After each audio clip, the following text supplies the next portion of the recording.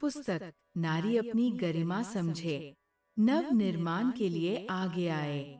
लेखक युग ऋषि श्री राम शर्मा आचार्य। नारी अपनी गरिमा समझे, नव निर्माण के लिए आगे आए। मनुष्य के पास श्रम, समय, चिंतन, प्रभाव एवं साधनों की सीमित सामर्थ्य है। उसे वह जिस दिशा में लगा देता है उसी प्रकार के परिणाम सामने आते हैं। अपनी दुर्दशा का कारण मानवीय क्षमता का सदुपयोग न बन पड़ना है। आलस्य और प्रमाद की आदतें मनुष्य को अपंग जैसा बना देती है। जो कर सकने की सुनिश्चित संभावना थी वो उसी अवसाद के कारण असंभव बन जाती है। अशिक्षा, अस्वस्थता, बेकारी, फूट, फिसाद, द्वेष, दुर्भाव जैसे अभिशाप हमारी दुर्बलता के बड़े कारण हैं। यदि दुष्प्रवृत्तियों को हटाया जा सके तो क्षमताएं सृजनात्मक सत्प्रयोजनों में लग सकती हैं और उनके स्वर्णिम सत्परिणाम सामने आ सकते हैं। सामाजिक, नैतिक और बौद्धिक इन तीनों क्षेत्रों में जीवन बंटा हुआ है। पिछले दिनों इन तीनों क्षेत्रों में ही विकृतियों ने अपने पैर जमा दिए हैं। फलतः हमारे प्रयत्नों और साधनों का अपव्यय होता रहता है। सृजनात्मक प्रयोजनों के लिए शक्ति बचती नहीं। अवांछनीयताओं में उलझे रहने पर विपत्तियां ही उत्पन्न होती है। इस स्थिति को बदला जाना चाहिए। हमें सामाजिक, नैतिक एवं बौद्धिक तीनों ही क्षेत्रों में अभीष्ट परिवर्तन करने चाहिए। अवगति को प्रकृति में बदलना हो तो अनुचित के स्थान पर उचित की स्थापना करने का परिवर्तन लाए बिना काम नहीं चल सकेगा। पिछड़ापन यो देश के हर वर्ग में छाया हुआ है, पर नारी वर्ग उसका विशेष रूप से शिकार हुआ है।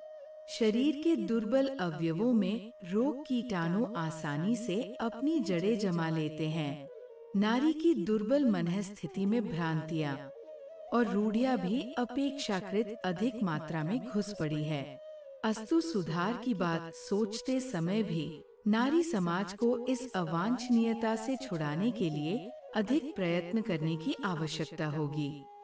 पुरुष वर्ग नारी को हेय या छोटा, कमजोर और अपवित्र या पतित मानता तो इसे सामाजिक अन्याय माना जाता, किंतु नारी ने जब स्वयं ही मान्यता इस प्रकार की बना ली तो उसे ही सबसे पहले अपना दृष्टिकोण बदलने का प्रयत्न करना पड़ेगा। बहू का पिता दहेज की रकम पूरी नहीं दे सका तो सास बहू को डांटती है, कोसती है, ताने मारती है, स्वयं जली कटी कहती है। बेटा को भी भड़का देती और उससे भी डांट दिलाती, मारती पिटवाती है। दुर्भाग्य से कोई लड़की विधवा हो जाती है तो उसे ससुराल में कितनी ही यातना दी जाती है। उसको घृणा की दृष्टि से देखा जाता है, अपमान किया जाता है। उसे किसी शुभ कार्य में सम्मिलित नहीं होने दिया जाता। उसे शुभ कार्यों, मांगलिक कर्मकांडों के समय उस स्थान से हटा दिया जाता है। इस विडंबना में पुरुषों की अपेक्षा घर की नारियों का ही हाथ अधिक रहता है। संसार का नियम है कि अपनी जाति के पशु पक्षी तक एक दूसरे की सहायता करते हैं, सद्भावना रखते हैं। फिर हम तो मानव श्रेणी में आते हैं। नारी को नारी से पर्दा करना चाहिए, इसका तो कोई तुक भी समझ में नहीं आता। यो बाप तुल्य श्वसुर और ज्येष्ठ भ्राता तुल्य, जेठ से बहुओं का भी व्यवहार बेटियों तुल्य होना चाहिए और पर्दे की कोई आवश्यकता अनुभव नहीं की जानी चाहिए। किंतु जब सास से बहू को घूंघट निकालना पड़ता है तब तो बात और भी अटपटी हो जाती है। इस तथा कथित शील संकोच से परस्पर विचार विनिमय तक कठिन हो जाता है। विशेषतया बहुएं तो अपने मन की बात, शिकायतें तथा आवश्यकताएं तक व्यक्त नहीं कर पाती। शिक्षा और स्वावलंबन में भी नारी का उत्साह रहना ही चाहिए। ओछे वर्ग का पुरुष समाज ये सोच सकता है कि शिक्षित और स्वावलंबी होने पर नारी उसकी समानता करने लगेगी और पैर की जूती न रहेगी। यह अबडर पुरुषों को सताए तो बात किसी हद तक समझी भी जा सकती है, पर नारी इस दिशा में स्वयं ही उपेक्षा बरतें, अपने अधीन तथा प्रभाव क्षेत्र की अन्य नारियों को वैसा करने से रोकें, तो उसका क्या औचित्य हो सकता है। विलासी पुरुष नारी को अधिक आकर्षक एवं उत्तेजक बनाने के लिए उसे श्रृंगार एवं सज धज के लिए विवश करें, तो उसमें कोई कारण तो समझा जा सकता है। पर जब नारी अपने को हेय और हीन मानकर गुड़िया की तरह सजने का प्रयत्न करती है, तो लगता है उसने अपनी आत्मा पर से विश्वास खो दिया। अपनी गरिमा और क्षमता उसे विस्मृत हो गई। अब वो श्रृंगारिकता के आकर्षण का सहारा लेकर नर की आंखों में अपना महत्व बनाए रहने के लिए सहमत हो गई है। देश में भिक्षा व्यवसाय बुरी तरह पनप रहा है। 60 लाख से अधिक व्यक्ति व्यवसाय के रूप में धर्म के नाम पर आजीविका कमाते हैं। ये किसी स्वाभिमानी समाज के लिए लज्जा की बात है। दान पर गुजारा करने का 2 प्रकार के व्यक्तियों को ही नैतिक अधिकार है। एक तो वे जो सर्वथा अपंग असमर्थ हैं, दूसरे वे जो सुयोग्य होने के साथ साथ निरंतर समाज सेवा में संलग्न रहकर न्यूनतम जीवन निर्वाह समाज से लेते हैं। इस वर्ग के लोग साधु ब्राह्मण कहलाते हैं और लोकहित के महान प्रयोजन में अहिर्निशी संलग्न रहने के कारण जनता से गुजारा प्राप्त कर लेते थे। इस स्तर के लोग अभी भी यदि कहीं हो तो उन्हें निर्वाह प्राप्त करने का अधिकार है। अपंगों में केवल वे ही भिक्षा स्वीकार करें जो अपंग होने के कारण उपार्जन कर सकने में असमर्थ है। एकाध अंग विकृत हो जाने पर भी मनुष्य अन्य अवयवों से जब तक उपार्जन कर सके तब तक उसे भिक्षा के लिए हाथ नहीं पसारना चाहिए। भिक्षा व्यवसाय नारियों की धर्म भीरुता के कारण ही पनपता है। महिलाएं धर्मनिष्ठ तो रहें पर अपनी उदारता का दुरुपयोग न होने दें। ये विवेक हर नारी में उभारा जाना चाहिए। जिस समाज में हम लोग रह रहे हैं उसमें विवाह विकृति एक महान दुखदायक और समाज को खोखला कर देने वाली विकृति है। इससे कोई, चाहे वो लड़की वाला हो अथवा लड़के वाला, प्रभावित हुए बिना नहीं रहता। धनी हो या गरीब सभी इसके शिकार होते हैं। दहेज के कारण तो लड़की वाले को जो परेशानी होती है उससे सभी परिचित है, पर लड़के वाले भी कर्ज में फंसते हैं और विवाहों में गिरह से खर्च करते हैं। उसका कारण केवल प्रचलित विवाह विकृतियां हैं। शादी में बैंड बाजा, मोटर, बिजली, जोकर, आतिशबाजी तथा अन्य दिखावे के सामान में पैसा होली की तरह फूका जाता है। वेश कीमती चढ़ावे के कपड़े और जेवर में दहेज के रुपए ही खर्च नहीं हो जाते, कई बार तो कर्ज तक लेना पड़ता है।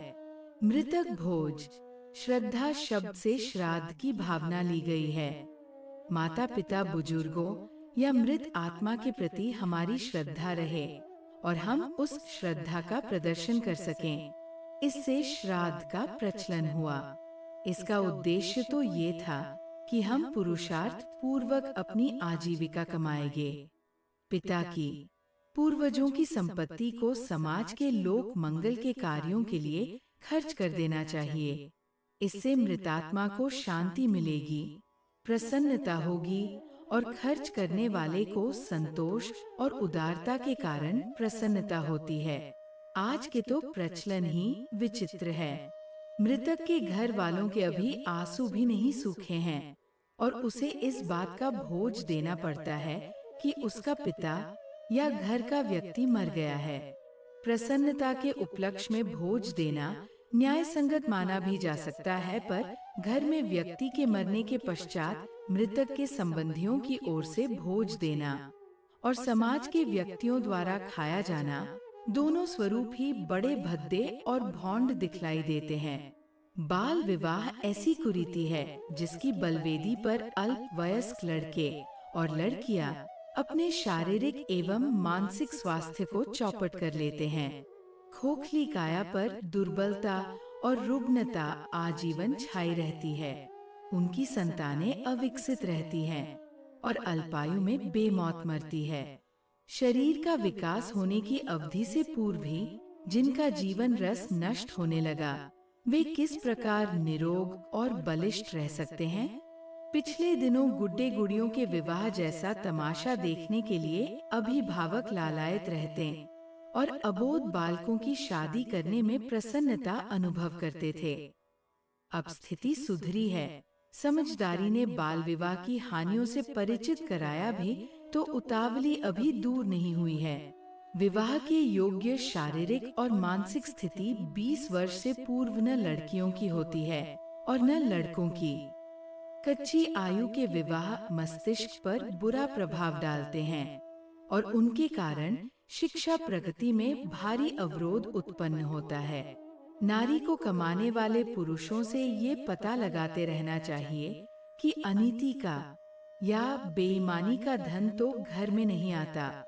ऐसा पैसा आसानी से मिल जाता है, ये सही है, पर इसे भी सत्य ही मानकर चलना चाहिए कि ऐसी कमाई से कभी किसी का हित साधन नहीं हुआ है और न वह पैसा कहीं देर तक ठहरा ही है। महिलाओं में इतना साहस होना चाहिए कि पुरुषों को समझा सके कि मिलावट, रिश्वत, कम तौल कम नाप असली बताकर नकली देने, अनुचित मुनाफा लेने, तस्करी चोर बाजारी की नीति अपनाने से जो धन मिलता है वह दुर्व्यसनों में ठाठ बाट, शान शौकत जैसे अपव्ययों में चला जाता है। तस्करी, चोरी, राजदंड, दवा दारू, मुकदमा जैसी विषतियों में प्रायः ऐसी ही कमाई की बर्बादी होती है। ईमानदारी से कमाया पैसा भले ही थोड़ा हो, चाहे उसके सहारे कठिनाई से ही गुजारा होता है, तो भी ये निश्चित है कि उतने से भी परिवार फलते फूलते और सुखी रहते हैं। विचारशील नारी का कर्तव्य है कि नशे के दुष्परिणामों को समझें और जिन्हें उनकी लत पड़ गई है उनसे छुड़ाने या घटाने का अनुरोध बराबर करती रहें। जिन्हें इसकी लत नहीं पड़ी है उन्हें पूर्व चेतावनी देकर बचाने का प्रयत्न करें। समर्थन तो कभी भी नहीं करना चाहिए।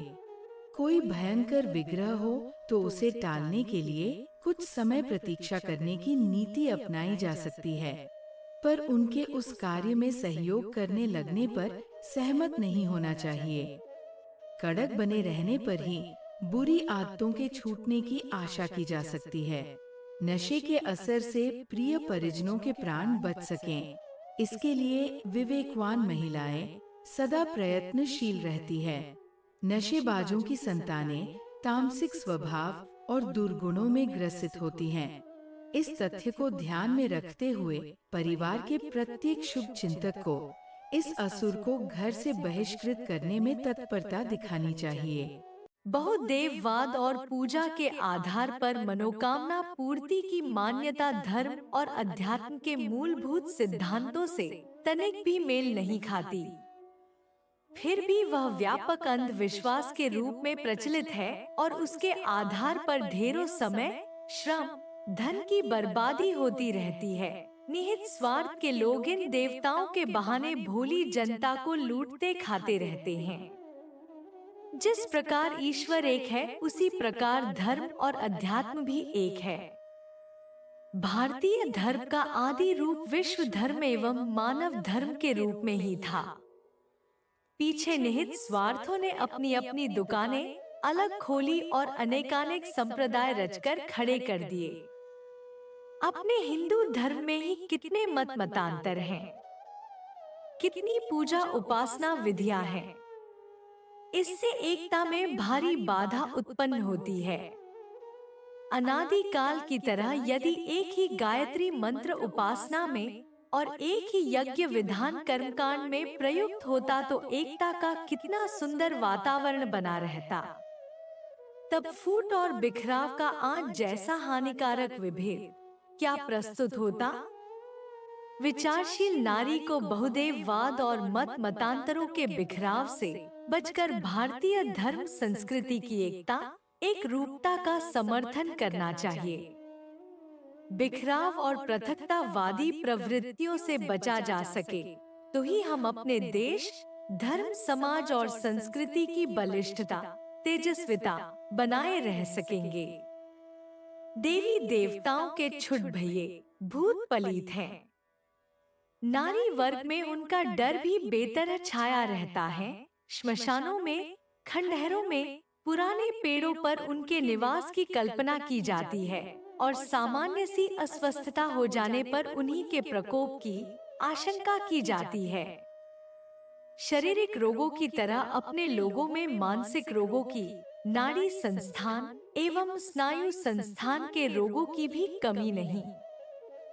उनके उभार सामान्य क्रम में अस्त व्यस्तता उत्पन्न करते हैं।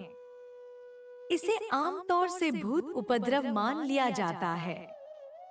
सामाजिक परिस्थिति, ससुराल का आतंक, पितृगृह का विद्रोह, परिस्थितियों के साथ ठीक तरह तालमेल न बैठना, मासिक धर्म की खराबी जैसे अनेक कारण कई तरह के मानसिक विक्षेप उत्पन्न करते हैं।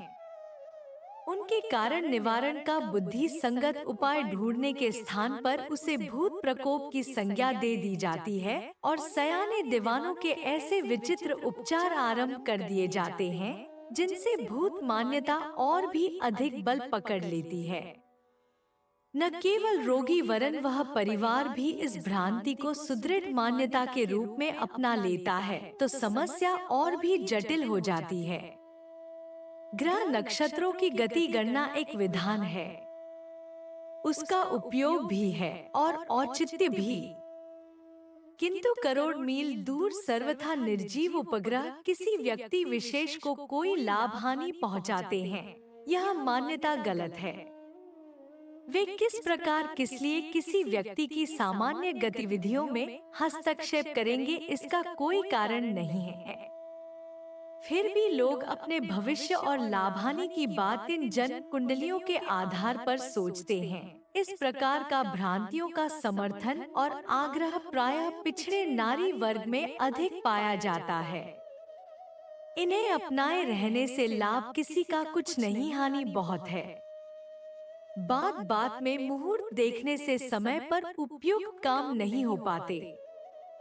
यात्रा मुहूर्त न बनने के कारण समय पर जाना न हो सका तो अवसर चूकने के कारण भारी हानि उठानी पड़ती है। विवाह शादियों के मुहूर्त न निकलने की भ्रांति में सुविधा का समय छोड़ना पड़ता है और असुविधा के दिनों में भारी झंझट उठाते हुए वह कार्य पूरे करने पड़ते हैं। एक ही दिन अनेक विवाह होने से वस्तु प्राप्त करने और व्यक्तियों को समय देने में कितनी असुविधा होती है, वह किसी से छिपी नहीं है। नजर गुजर, टोना टोटका की भ्रांतियां अकारण मित्रों को शत्रु बनाती है। व्यर्थ ही निर्दोषों पर दोषारोपण का अवसर उत्पन्न करती हैं। बच्चा किसी कारणवश अस्वस्थ हुआ तो चिकित्सा कराने के स्थान पर ऐसा सोचा जाता है, कल अमुक महिला उसे गोदी में खिला रही थी या प्यार कर रही थी, उसी की नजर लग गई, या किसी ने टोना टोटका कर दिया। ऐसा दोषारोपण किसी के ऊपर भी अकारण मरने से द्वेष दुर्भाव उत्पन्न करने की दुर्भाग्यपूर्ण दुर्घटनाएं आए दिन उत्पन्न होती हैं। जीवन विकास के लिए अनेक उपयोगी कार्य करने की आवश्यकता होती है। उसके लिए शारीरिक, मानसिक एवं आर्थिक क्षमताएं नियोजित करनी पड़ती हैं। यदि उन्हें अवांछनीय चिंतन एवं अनुपयुक्त क्रियाकलापों में बर्बाद करते रहा जाए तो प्रगति का मूल्य चुकाने योग्य साधन बचेंगे ही कहाँ। अस्तु मान्यताओं का नए सिरे से पर्यवेक्षण करने की आवश्यकता है। विवेक की कसौटी पर हमें अपनी सभी मान्यताओं, परंपराओं, आदतों, रुचियों और आकांक्षाओं पर नए सिरे से दृष्टि डालनी चाहिए। उनमें से जो औचित्य की कसौटी पर खरी उतरे उन्हें शिरोधार्य करना चाहिए। साथ ही यह साहस भी संजोना चाहिए कि जो अनुपयुक्त हो उसे कूड़े करकट की तरह बुहार कर फेंक दे। जो माना जाता रहा है, जो देखा है, जो होता रहा है, उसी का अनुकरण करने का दुराग्रह अनुचित है। जो विवेक युक्त, तर्क संगत, उचित एवं दूरदर्शिता पूर्ण है, वही हमें ग्राह्य होना चाहिए। उज्जवल भविष्य के निर्माण में सृजनात्मक प्रयास करने की अनिवार्य रूप से आवश्यकता पड़ेगी। इसके लिए भ्रांतियों और विकृतियों में नष्ट होने वाली शक्ति को बचाने के लिए तत्परता बरतनी पड़ेगी। तभी सामर्थ्य का सदुपयोग संभव होगा और उसके सहारे नवयुग का आधार खड़ा किया जा सकेगा। नारी को पिछड़ेपन से अधिक जूझना है, इसलिए उसे इस परिवर्तन के लिए अग्रिम पंक्ति में खड़ा होना चाहिए। पिछड़ापन यो तो हर वर्ग में छाया हुआ है, पर नारी वर्ग तो उसका विशेष रूप से शिकार हुआ है। दूसरे सहयोग करें, यह ठीक है, पर अपनी दयनीय स्थिति से उबरने के लिए नारी को स्वयं भी सोया आत्मविश्वास जगाना होगा।